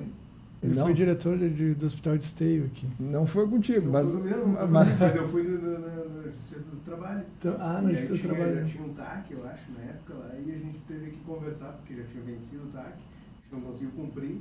e botar a mão no valor do recurso e a gente não ia conseguir. Aí fecha o hospital. Não Bah, tem que mas fazer. que difícil. E aí era uma cidade toda que dependia do atendimento Nossa Senhora. e ao mesmo tempo, credores que tinham direito a receber. E aí, assim, eu construí uma solução e a decisão, graças a Deus, foi mantida. Porque o hospital ia fechar. E é legal, deve ser muito legal construir uma decisão assim, né? Bah, Eu sei, deve ser louco, assim, eu digo, eu vou te dizer assim, ó, complicado, mas deve ser muito legal. Né? eu tenho 15 anos de magistratura, né? E eu vou te dizer que algumas decisões, assim, elas me marcaram a vida, e não só a minha vida, assim, eu acho que marcaram a vida de algumas pessoas. Uma das cidades que eu fui juiz, aconteceu a seguinte situação, e foi o primeiro caso, tá? E ninguém soube que fui eu, até... Agora vão saber. Agora vão saber. Mas, assim, eu vou te dizer, saiu no Jornal Nacional até. Olha, Tu não vais te lembrar, um caso muito singular, mas aconteceu o seguinte, uma menina de uma cidade próxima de onde eu trabalhava, que era da comarca, né? Ela tinha uma espécie de leucemia, tá? E ela já tinha tentado tudo, assim. Só que essa leucemia dela, ela tinha, assim, o elemento genético dos pais que gerava. tá. Então, qual era a solução da vida dela? Era que os pais tivessem um novo filho e esse novo filho tivesse genes sem o gene ruim, vamos dizer assim, Tá. que provocava a doença. Tá? Para fazer isso, tinha que fazer uma fertilização in vitro e separar do embrião os genes ruins, Tá. entre aspas, dos pais, tá? O que provocava a doença. E a partir do nascimento, se houvesse compatibilidade, fazer o transplante e aí fazer a cura da menina. Só que assim, o pedido foi de custear a fertilização in vitro com embriões selecionados para gerar uma vida Sim. e essa vida talvez servir para um Salvar transplante. uma outra Isso, vida. isso, não teve um filme. Teve um filme. Teve um filme. Teve um filme, Fizeram é um filme, verdade, teve eu um vi o filme. filme. Tá, mas que a assim, menininha até... Mas não fui eu, tá? O filme, o filme não fui eu. Agora eu cheguei a me Mas, referir. não, mas o filme não fui eu, cara, tá? é Mas assim, verdade. a história é a mesma. É a mesma do E filme. quem fez o filme é a Abigail Breslin, né? Aham. Ela era a menina que gerou Isso. e ela não quis fazer o Isso, transplante. ela reclamou, Isso, tá. ela foi na Porque ela justiça, não né? queria. Isso, ela Isso, contratou, eu acho vi que era esse o filme. Alec Baldwin Isso, e tal. perfeito. Então tá, mas Olha, assim, o caso é igual. o caso é igual, o caso só. é igual, tá? E aí assim, e caiu na minha mão isso, né? Tu pensa assim, do ponto de vista ético, é possível, não é possível, sim, né? sim. E tal, porque tu tá gerando uma vida e essa vida vai ser assim instrumentalizada para um possível transplante, isso tem condições, vai ter Tá. risco para a menina e tal. Só que assim, era uma vida que se não teria solução, né? Se não houvesse essa tentativa. E assim, eu deferia a tutela para mandar custear esse tratamento da fertilização Tá. in vitro. E aí até foi bastante comentado do bebê tratamento, bebê, enfim. sim. Foi muito saudada, porque foi a primeira decisão no Brasil que se tomou Olha, sobre que isso. legal, Tá? cara. E fui eu, Bah, fui mas eu. tu tem ela? Eu queria ler. Eu tenho Bah, ela, tu me óbvio que eu manda, tenho. então. Eu te mando, Bah, me mas manda assim, que eu quero ler, que legal. e foi, assim, e aí o que aconteceu, né? Se tu não te importar, eu vou ler aqui. Eu não tenho ela agora. Não, eu digo, em outro No outro- momento, tá, tu me não. manda e eu leio ela aqui Mando, pra quem mando. quiser depois. Que legal. E assim, ó, e na verdade a construção toda, na época, a gente não tinha esses julgamentos dos temas do Supremo, que hoje mudaram muito o tratamento do direito à saúde. Mas a construção foi, naquele momento, né, a construção hermenêutica, vamos dizer assim, Sim. né, o que a justiça concede de tratamento. E aí foram várias situações. Olha, concede para fertilização in vitro de quem não consegue ter filhos. Olha. Concede para quando a mulher precisava de tratamento para gravidez. Tá. Eu comecei a criar precedente por precedente. Olha aqui, ó, tudo que é feito. E concede para leucemia medicações que não estão Olha. previstas. Então, assim, se dentro do conceito do direito à saúde eu tenho tratamento para leucemia, eu tenho tratamento para fertilização, eu tenho tratamento para auxiliar a mulher a engravidar, eu não tenho como negar uma fertilização in vitro que vai ser usada posteriormente. Tu colocou dentro do mesmo... Então, assim, exatamente. legal. E aí, assim, cara, saiu no Fantástico e tal, e me ligaram, né? Tu quer dar entrevista? Eu disse, não dou. Porque eu acho que quem deu isso foi a justiça. Não é um juiz, Olha, não é a figura do juiz, né? E fiquei bem em silêncio todos esses anos, já faz 11 anos disso, tá? E tô falando para ti assim, não é? Que legal, Eu tô falando para ti cara. porque eu me lembrei dessa história quando eu falei para minha atual esposa, tá? Comentei com ela dessa história porque foi uma das histórias assim que me marcou muito. Eu saí e a fertilização deu certo. Eu não julguei o processo no final. Mas eu fiz a liminar, que foi a que garantiu o tratamento. E aí, assim, o tribunal confirmou a liminar. Ah, que maravilha. Teve agravo, o Coisa tribunal linda. confirmou. E aí, assim, a criança nasceu, fez o transplante, mas infelizmente a menina não resistiu. Ah, cara. Ah, Essas histórias doem.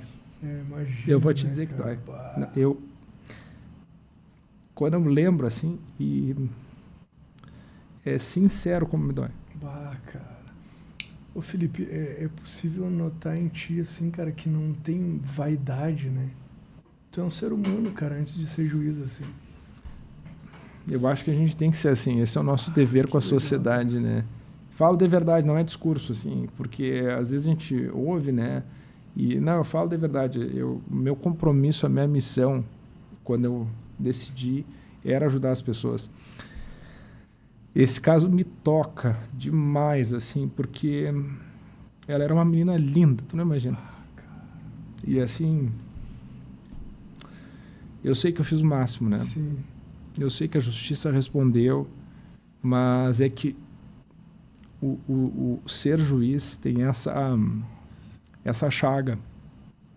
Porque às vezes tu faz coisas certas e dá um resultado que tu não esperava, né? Sim. E eu vou te contar, às vezes dá uns resultados bem desastrosos. Eu posso te contar uma história se tu quiser. Claro. Para tu ver, assim, outra cidade que eu atuei, olha só, eu cheguei na cidade, olha que interessante.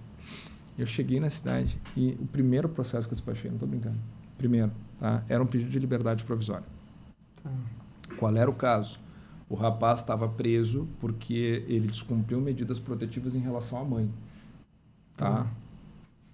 E a situação era que ele extorquia a mãe para comprar droga. Tá? Assim, o caso concreto era esse. O que houve, né?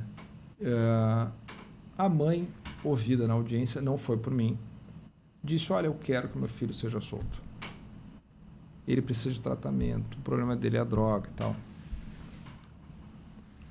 O Ministério Público não estava em audiência e há um hábito, né, de pedidos de liberdade, tu dá vista para o titular da ação penal, que é o Ministério Público. O Ministério Público vai e opina contra.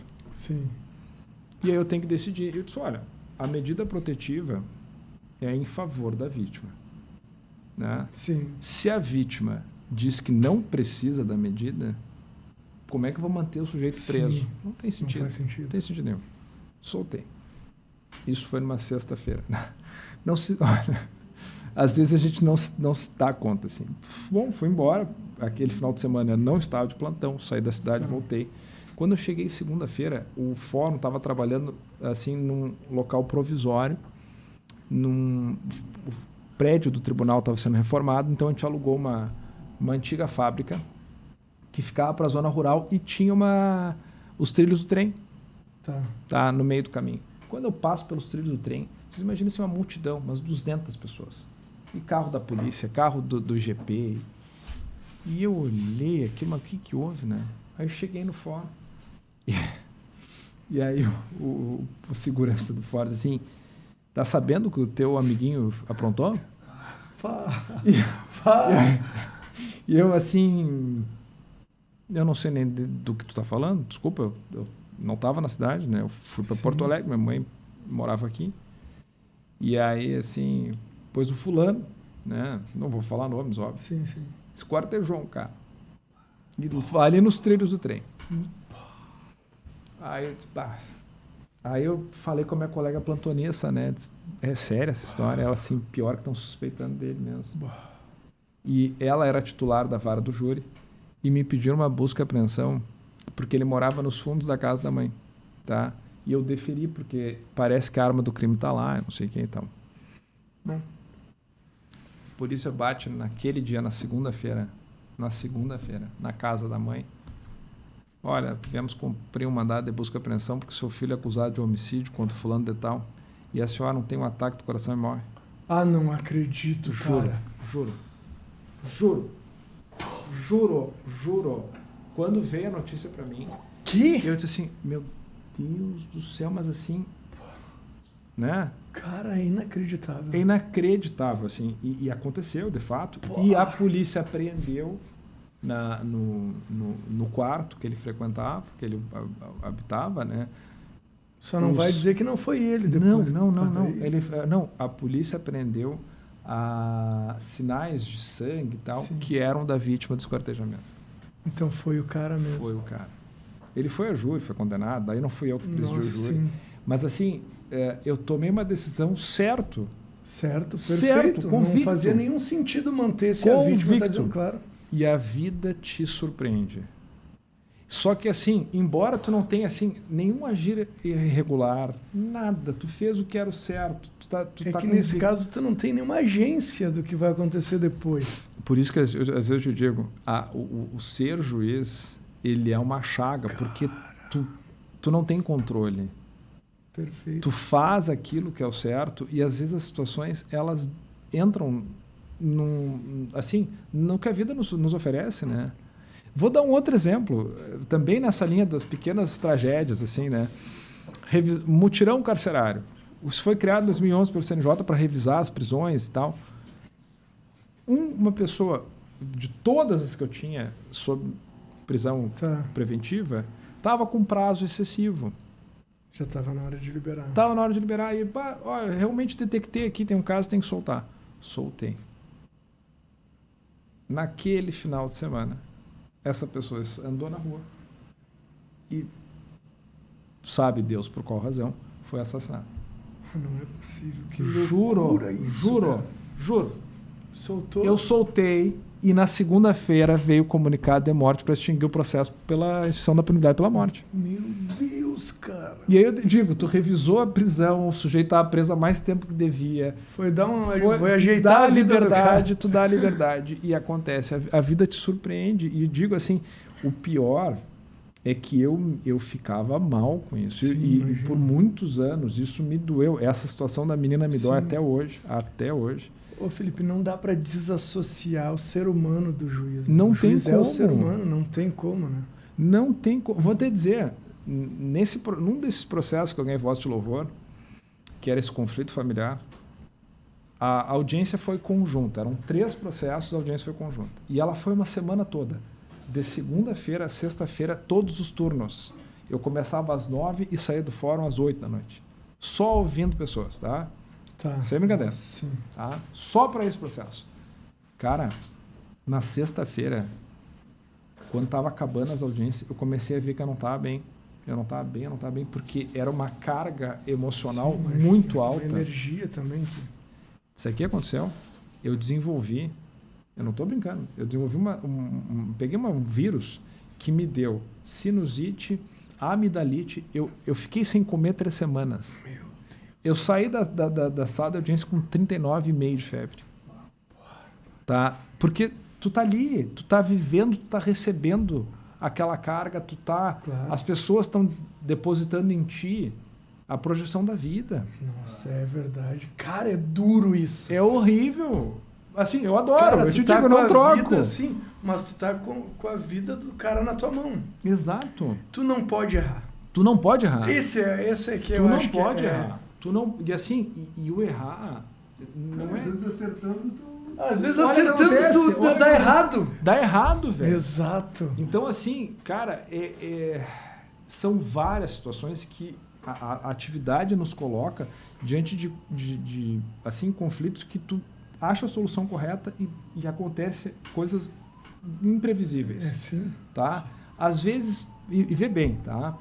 Nesses dias, assim, quantos de nós temos dias ruins na vida? Todo mundo tem. Sim, Todo mundo tem, né? Aí tu imagina assim, né? A gente conversou antes, tu já é separado, tá casado Sim. de novo, é o mesmo caso que eu Sim. e tal. Porra, tá no processo de divórcio, tu vai fazer uma audiência, tu não tá bem. Claro, tu não tá bem. Tu não né? tá Sim. bem. E tu aí, é pessoa, tu tem uma vida lá atrás. não, e digamos que tu vai fazer um processo de divórcio também. Cara, Como é que é? cara, eu vou Né? te dizer, a minha sorte nesse ponto é que eu não estava na jurisdição. Eu estava na corregedoria já. Tá. E assim, Ah, tá, tu já Tá. tava fora, tá. só que isso acontece. Claro. Isso acontece. E aí eu digo para vocês, às vezes o pessoal diz, esse juiz é um mal-humorado, por exemplo. Sim. Cara, eu vou te dar um exemplo, é sério isso. Eu estava na jurisdição, tá? A minha mãe, ela por 6 anos teve câncer, tá? E eu cuidava da mãe, precisava ajudar financeiramente também, tá? E a mãe pegou Covid, em 2 semanas morreu, tá? Uma semana ruim, uma semana... Minha mãe foi a mesma coisa. uma semana Teve de... câncer por 13 anos, pegou Covid e morreu. Uma semana de doença, uma semana de entubada e foi, tá? Cara, eu estava trabalhando. Cara, não tem como. Eu estava trabalhando. Não tem como e, segurar a onda. Tá e vou te dizer, e aí o que é pior, eu estava de plantão. Eu estava de plantão e aí morreu a mãe.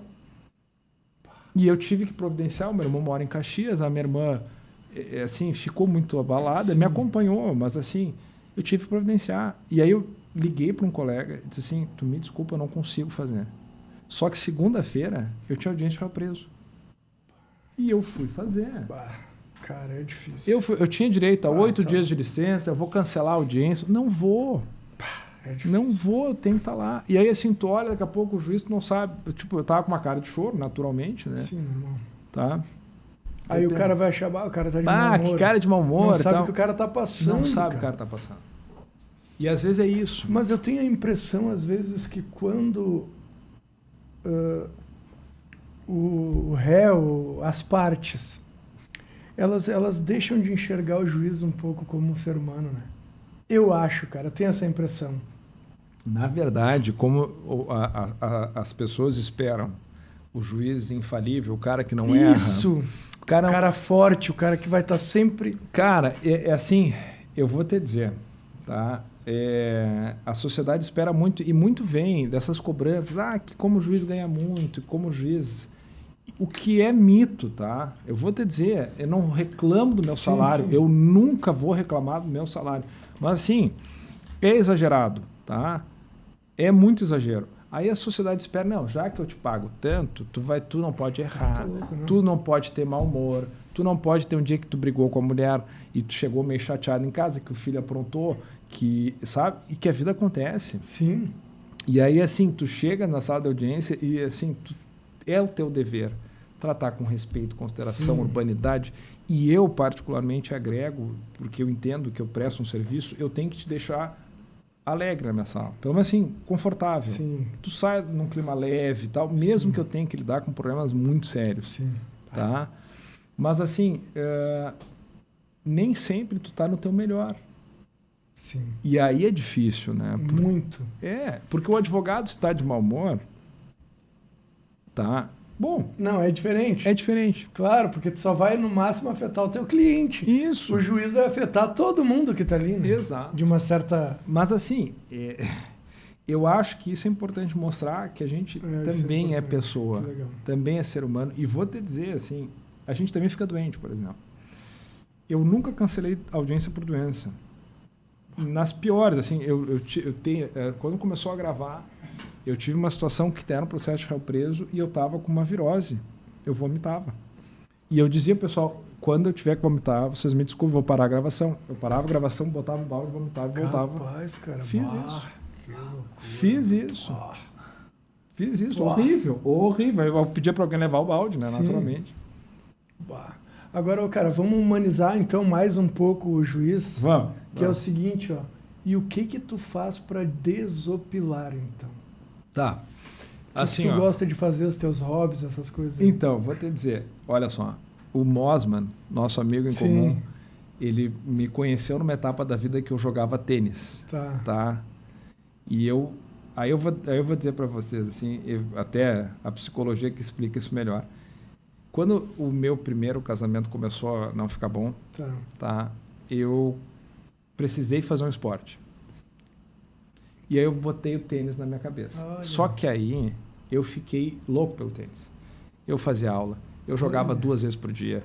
E aquela coisa assim, alucinado, tá? Porque o tênis era o único lugar assim que eu estava me sentindo melhor. Tá? Aí foi onde eu conheci o Mosman. E eu vou te dizer, eu fui tricampeão do ranking do União. Tá? Olha só, cara, que legal. Assim, eu já te disse que eu sou um mala. Eu sou o cara assim, não. Nossa, se é pra fazer, entendi, faz bem cara. feito, sabe? Aí fui lá, jogava, enfim. Embora eles diziam que eu jogava mal. Todos eles. Todos Mas quem ganhava eles. era tu. Mas quem ganhava era eu. Aí, à vontade, eu nunca disse isso para eles. Eu vou dizer hoje. Se eles virem no programa, vão saber que eu estou falando a verdade. É o seguinte, ó. Eu podia ser ruim, mas vocês eram piores. Todos vocês, tá? Isso é uma brincadeira, eu amo eles são demais, que tá? legal, cara. Então, mas assim, o tênis era minha válvula de escape. Tá. E o que aconteceu, velho? E quando deu a enchente, e foi quando eu me divorciei, tá? Eu passei a pandemia, mas a enchente não teve jeito. Entendi. Não teve jeito, tá? Cara, quando deu a enchente, eu me divorciei e eu parei com o tênis. Parou Eu não consegui mais jogar. Me deu uma coisa assim, não preciso mais, sabe? Tipo, olha só, não claro. preciso mais, tá? Como se fosse um remédio, tá? Me curei. Me tipo curei, assim. Tá. acabou, superei, vida, né? Só que aí eu comecei a fazer musculação. Eu sei que não parece. Antes que o pessoal disse, tá, não, mas da onde, né? Não, mas assim, eu comecei a fazer musculação e cara, eu sempre corri, tá? Então assim, eu corro, gosto muito de correr na orla. Ah, legal. Bah, lá é bom Muito ali demais, também, tá?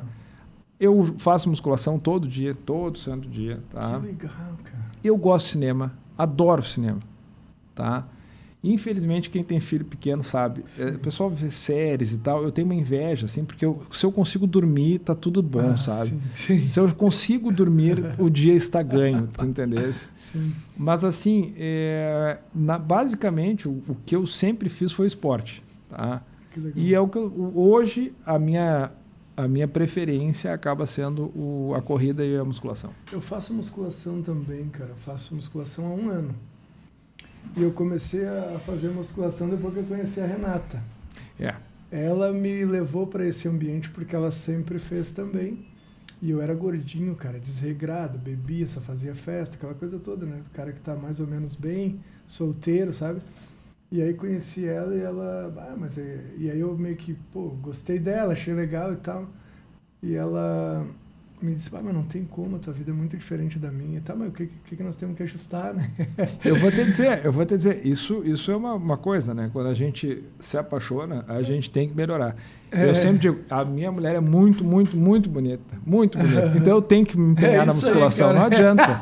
Eu tô na tua também, cara. Não adianta. Igual, se eu não fizer isso, eu tô demitido logo. Então, assim... Eu também, cara. Eu também. Esse dia eu postei uma foto dela no meu Instagram. E falei assim, mas é linda essa minha esposa, tu tá comigo por amor ou por dinheiro? Aí mandei pra ela. Aí ela, não sei de onde o dinheiro, ela limpando meu tênis. Não sei de que dinheiro. Não, mas eu vou te dizer, eu vou me casar, né? Eu vou me casar de novo. Vai? Né? Vou me casar. Eu falo esposa, mas a gente mora junto e tal. Legal, sim. Mas vamos casar no civil, tudo direitinho, né? Isso. E aí o pessoal vem e diz assim, mas tu vai casar, né? Vou casar. E eu sinto a surpresa, né? Sim. Não por mim, mas por ela, né? Sim. Como é que ela tá contigo, né? E aí eu sempre respondo assim, enquanto ela tiver com esse momento de perturbação mental, temporária, eu tô aproveitando e vou lá, né? Cara, eu penso igualzinho, eu tô igual a tu. Quanto tempo, Bill? 1 minuto. 1h18. Já, ó, quando conversa boa, o papo flui, né? Bom, obrigado. Muito bom. Cara, eu vou te fazer uma última pergunta, porque depois a gente tem um roteirinho pro final. Daí eu vou abrir uns espaços aí para ti. Tá, maravilha. A última pergunta que eu queria te fazer é sobre... Porque tu já falou alguns casos que achei demais, assim. Se tu puder me mandar a sentença... A decisão. A decisão é essa. Quero muito ler. A última pergunta é sobre a pena máxima para um juiz. É a aposentadoria compulsória? Porque isso é o que vai na mídia pra galera, daí fica todo mundo meio revoltado, porque às vezes o juiz comete algum deslize mais... Assim, ó, o que acontece? As pessoas têm que entender que são situações diferentes. Vamos explicar Isso. O que acontece. Tá? A Constituição de 88, ela coloca como uma das garantias da magistratura a vitaliciedade. Essa vitaliciedade, ela tem como efeito que o magistrado ele não possa perder o cargo em decorrência de uma decisão administrativa. Tá. Então, assim, todo servidor público que não seja juiz ou promotor, ele se submete à instância administrativa, o controle administrativo. O servidor que comete um deslize, ele é punido administrativamente, inclusive com a perda do cargo. Tá. O juiz, por ter essa garantia que está na Constituição, Perfeito. ele não pode perder o cargo por uma decisão administrativa. Mas ele pode ser afastado da magistratura. E aí entra as duas possibilidades de afastamento, que vai ser a disponibilidade, que é por até 2 anos, Tá. e ele pode voltar, ou a aposentadoria compulsória, que não tem retorno. Tá. Não tem chance de retorno. Tá. Tá? Mas assim, o sujeito, vamos pegar um caso emblemático. Teve um- Lalau. Eu Tia, pensei tu me nele, leu o meu pensamento. Assim. Eu pensei Ele nele. é um desembargador, foi condenado por ter, supostamente, eu não vou dizer que fez, que não Sim. fez, porque eu não tenho contato com o Sim. caso, mas eu lembro que tinha alguma coisa relacionada a obras do prédio do TRT. Né? Ele, na esfera administrativa, ele não perde o cargo. Ele pode ter sido aposentado compulsoriamente. Eu não sei o que aconteceu. Tá? Mas estou só pegando um Sim, caso emblemático da emblemático. mídia. Tá? Mas isso não impede o Ministério Público de promover uma ação criminal, uma ação por improbidade administrativa ou uma ação para perda do cargo, uma ação civil de perda do cargo. Aí na esfera jurídica. Judicial, Tá. ele perde o cargo. Porque um dos efeitos, por exemplo, de uma pessoa que comete um crime, um juiz que comete uma corrupção, Tá. ele vai responder criminalmente. Ah, perfeito. E um dos efeitos da condenação criminal é a perda do cargo. Perfeito. Perfeito. Então ele vai ter isso. Pode acontecer. Se ele, Só- se ele não é condenado criminalmente, cometeu uma improbidade administrativa, não cometeu um crime, mas cometeu um ilícito administrativo Tá. grave, ele pode ter como consequência da condenação da improbidade a perda do cargo. Perfeito. E se não é nenhum desses, não é crime, Tá. não é improbidade, é um ilícito administrativo Tá, grave. aí, perfeito. Uma ação civil para perda do cargo. Mesmo porque, e aí tu pode me corrigir se eu estou errado, tá?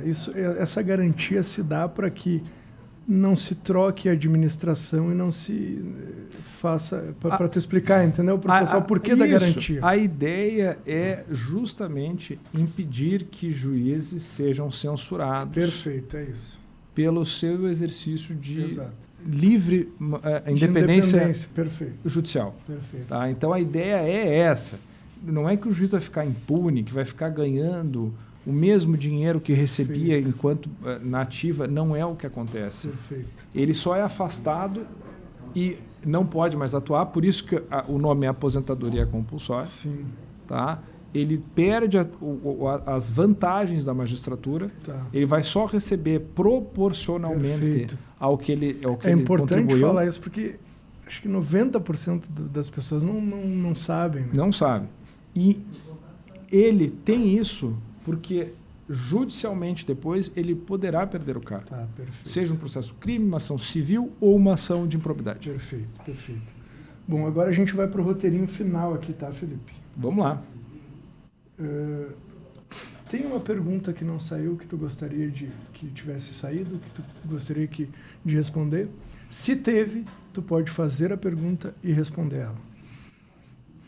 Olha, eu vou ser sincero, assim, a gente falou tanta coisa que eu acho que a única pergunta que não foi feita é qual é o time que tu torce. É verdade, então. Sou gremista, por isso eu tenho essa cara de sofredor. Por isso que eu estou sofrendo, eu não aguento mais, eu não ganho Grenal há 2 anos, eu não durmo mais assim, eu não aguento mais ser gremista, mas eu não consigo, eu troco de mulher, eu troco de amigo, mas de esporte, mas de time eu não consigo. E tu é daqueles gremistas. Mais furado, já fui. Ah, já foi mais. Já fui. Hoje eu falo assim de brincadeira, sabe? Mas eu fui bem gremista. Mas é engraçado isso. Tu tem filho também, né? 2. Eu tenho 2 anos. Eu tenho uma menina. 3 agora com o Tobias, né? 3 com Agora Tobias. 3, sim. Eu tenho uma menina, que é minha filha biológica, Marina, é o amor da minha vida. Fez 9 anos, dia 23 que legal. agora, tá? E quando ela nasceu, a minha vida mudou. Que Minha vida maravilha. mudou, assim, e o futebol, que ocupava um lugar enorme na minha vida, eu deixei de Já lado. ficou pequeno. Ficou pequeno, né? Então, assim, eu não sei se isso acontece com todo mundo, mas comigo aconteceu o futebol. Mas eu ainda assim sou um gremista Sim, e choro, sim. irrito, me incomodo, Legal. enfim. Felipe, tem algum recado que tu queira deixar para o pessoal que nos ouviu ou que vai nos ouvir depois? Se Olha, tu tiver, tu pode olhar agora para a câmera 6, Bill. eu tô sem óculos, mas eu acho que é aquela ali, né? Essa ali mesmo. Tá. Então, assim, ó, o que eu vou dizer para vocês, tá?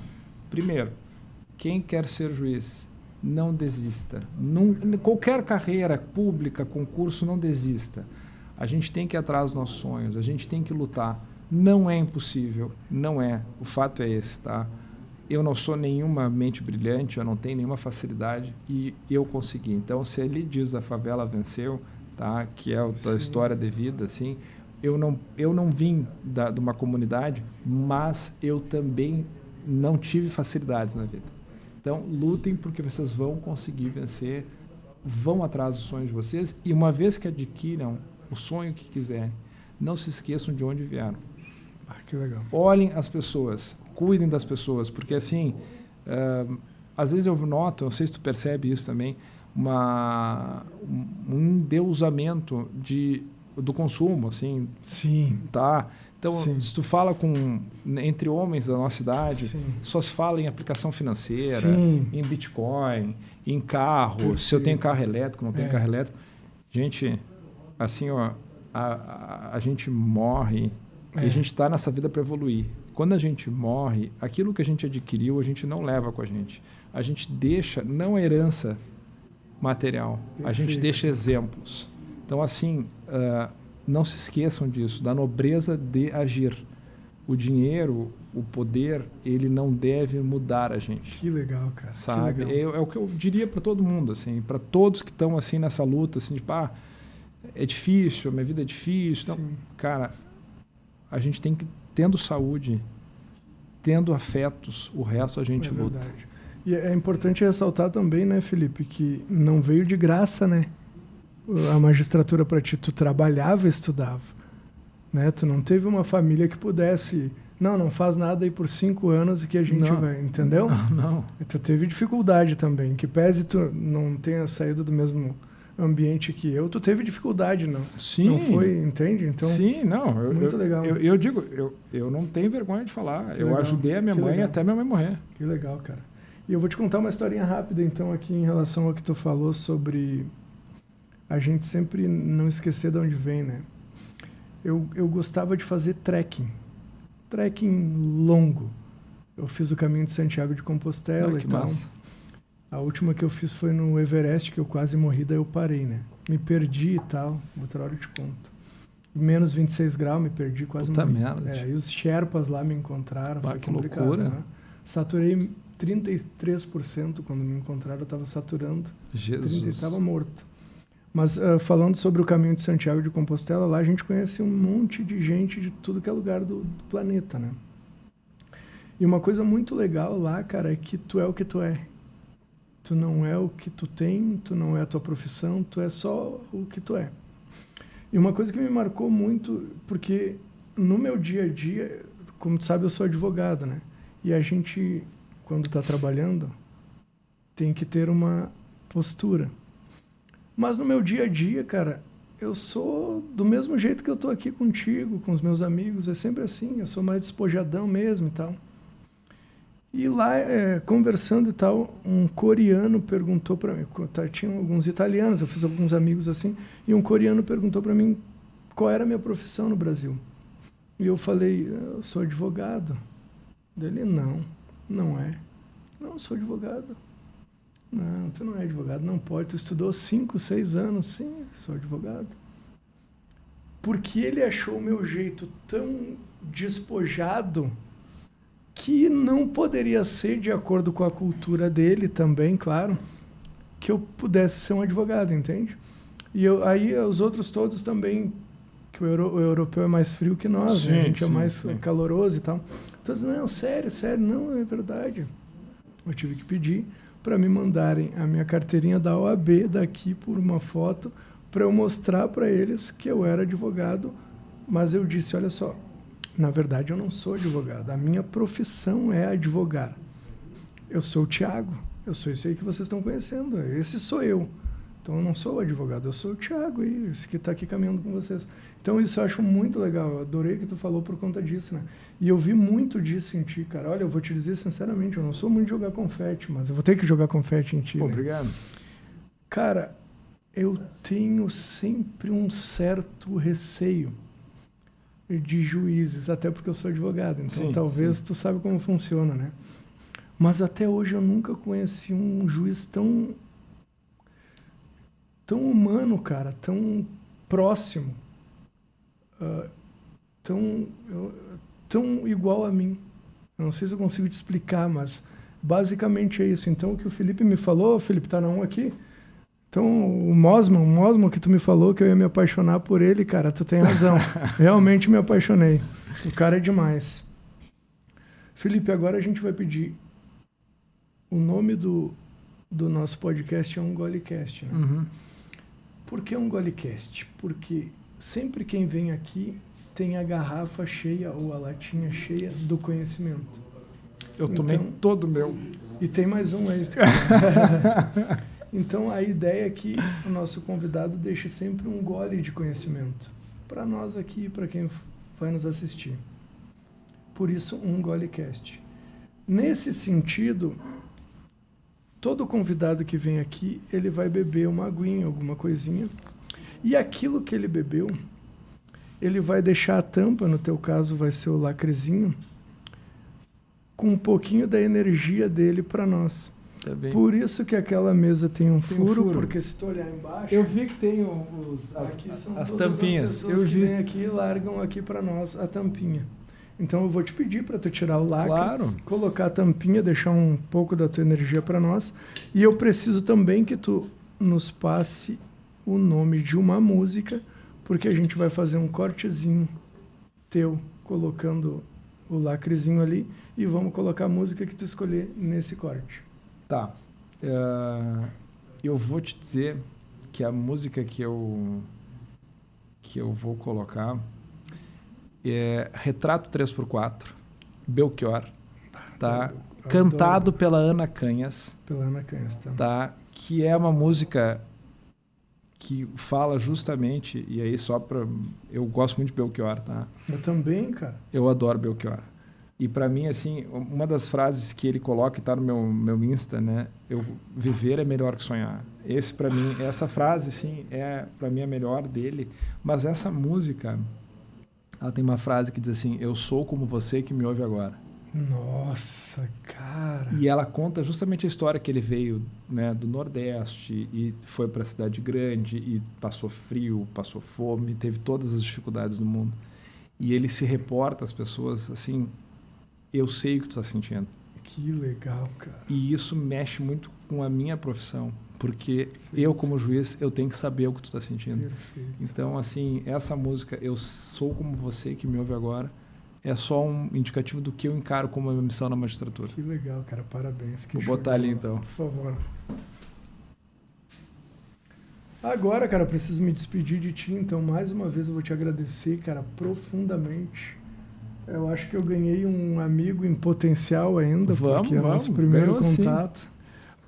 Tu mora em Porto Alegre? Moro em Porto Então, Alegre. uma hora dessas, quando a minha senhora estiver aqui, a gente de repente marca uma janta, chamamos o Mosman aí para fazer alguma coisa. Vamos sim. Eu não bebo, ela não bebe. Eu também então- não bebo, mas a então minha nós estamos- esposa gosta de uma canha. o Felipe bebe e eu acho que a Vanessa Bebe sim, também também, bebe, né? né? Então- Eu sei.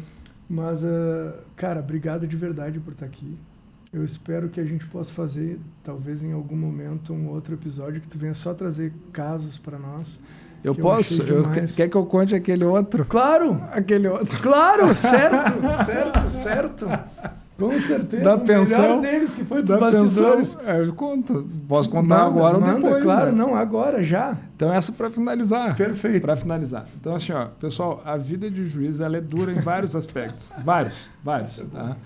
Então, assim, eu tinha uma situação de um devedor de alimentos. Ele tinha 8 filhos. 8. E não pagava a pensão. E ele se tentava encontrá-lo, mas como ele era representante comercial, ele não parava na cidade, né? Não se localizava e não intimava, não podia prender. Bom, só que ele cometeu um crime ambiental, que era uma infração de menor potencial ofensivo, tá? e tinha uma proposta de transação penal para não responder a ação penal. Ainda não tinha acordo de não persecução penal. Então era a transação mesmo do Jack lá, Jackrin. E ele apareceu na audiência. E eu estava fazendo audiência porque eu estava sem conciliador criminal. E nisso chega o oficial de justiça e diz assim, doutor, esse é o cara dos 8 filhos e tal, que tem mandado de prisão. Eu disse, tá, mas então vamos prender agora. Né? Aí eu sei que ele sentou, o defensor do lado, né? Disse, olha, sua situação é essa, tem uma proposta de transação penal, o senhor vai pagar R$400, 4 prestações de 100, e o senhor se livra do processo. Eu aceito, tá, tudo bem, aceito. Aí o oficial de justiça tinha buscado a brigada, porque ia levá-lo para o presídio, né? E aí, eu esperando o oficial de justiça, não vinha. E o cara impaciente, tá, mas vem cá, eu tenho que assinar, eu tenho que ir embora, eu quero trabalhar. E eu disse, não, espera só um pouquinho. A impressora deu problema, não dá.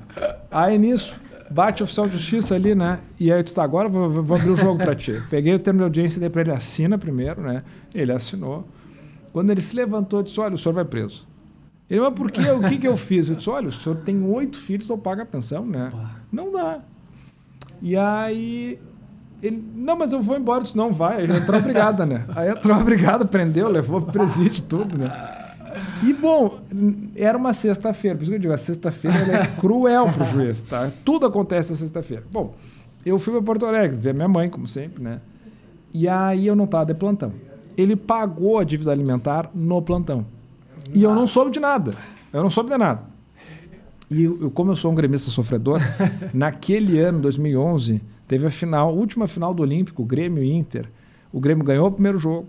E aí no segundo jogo saiu ganhando. Disse, é agora, vamos ser campeão. Acabou. Era o Renato, o treinador do Grêmio, Falcão era o treinador do Inter. Vamos ganhar. E o Grêmio perdeu. Conseguiu a façanha de perder. O Grêmio consegue essas façanhas assim, ó. Foi rebaixado 3 vezes. É uma desgraça. E eu saí de Porto Alegre, assim, louco, né? Eu disse, meu Deus, como é que a gente perdeu? E cheguei em Guaporé tarde. Né? E fui para um bar comer um negócio, estava morrendo de fome, não tinha comido, né? E aí tava eu e minha ex-esposa, né? E o bar, bastante gente, assim, tinha uma pessoa falando muito alto, gritando, né? E eu reconheci a voz. E eu olhei para minha esposa assim, tu lembra do cara que eu prendi na sexta, na sala de audiência? Ela, lembro. Pois então, ele tá ali. E aí eu disse para ela, olha, quando chegar o lanche, a gente pega as coisas e vai embora. Porque eu vou apanhar, né? E aí o cara gritando, daqui a pouco o cara parou de falar. E eu disse, deve ter ido embora. Mas eu olhei e ele tava me olhando. Ai. E ele, é agora, né? E eu olhei para ele assim, faz o seguinte, ó, vai pro banheiro, tá? Porque ele tá vindo e acho que vai dar confusão. E aí ela foi, né? E nisso ele chegou, tava sentado, e ele assim, tu não é o juiz que me prendeu? Sou eu. Tu pode te levantar, por favor? Eu disse, é agora. Vou tomar numa tunda assim, ó, até dizer chega, né? Eu nunca briguei na minha vida. Nunca bati em ninguém. Nunca mesmo, tá? Nem pequeno, assim, tá? E aí me levantei, né? Disse, é agora. E o cara assim, posso te dar um abraço? Eu, pode! E aí veio, me abraçou e disse assim, meio chorando assim, eu nunca mais vou deixar de pagar a pensão e tal. Passei uma noite no presídio, não vou me esquecer. E me abraçou e nisso chegou minha ex-mulher. Disse, o que está acontecendo? Disse, não, tá tudo bem. Caramba. Chegou o lanche, fomos embora, porque depois vai aquele monte de ideia, né? Mas assim, eu fui embora e não vi mais o que aconteceu. Mas tem essa, tu não anda armado? Não ando. Não, eu sou totalmente contra a arma. Olha só que legal. Eu não gosto de arma, nada contra, as pessoas podem ter, mas é que eu, particularmente, eu entendo que, é minha opinião, tá? Eu não teria coragem de eliminar a vida de uma pessoa. Entendi. Então, assim... Sim, aí fica... Eu prefiro, assim, não ter nem ao meu alcance. Tá. Eu poderia ter, a minha profissão permite e tal. Eu não sou um adepto. E, assim, respeito quem gosta, mas perfeito, eu não. Cara, não é fácil ser juiz. Eu preferia ter ficado com o olho roxo aquele dia, mas arma não tenho. Então tá, é isso, Bill. Vamos para um? Vamos para um. Então tá. Tá na 1? Tá na 1. Então tá, salve pessoal, obrigado por quem ficou com a gente até agora. Espero que vocês tenham gostado desse episódio tanto quanto eu gostei. E até a próxima. É isso aí, Bill? Isso aí. Então beleza.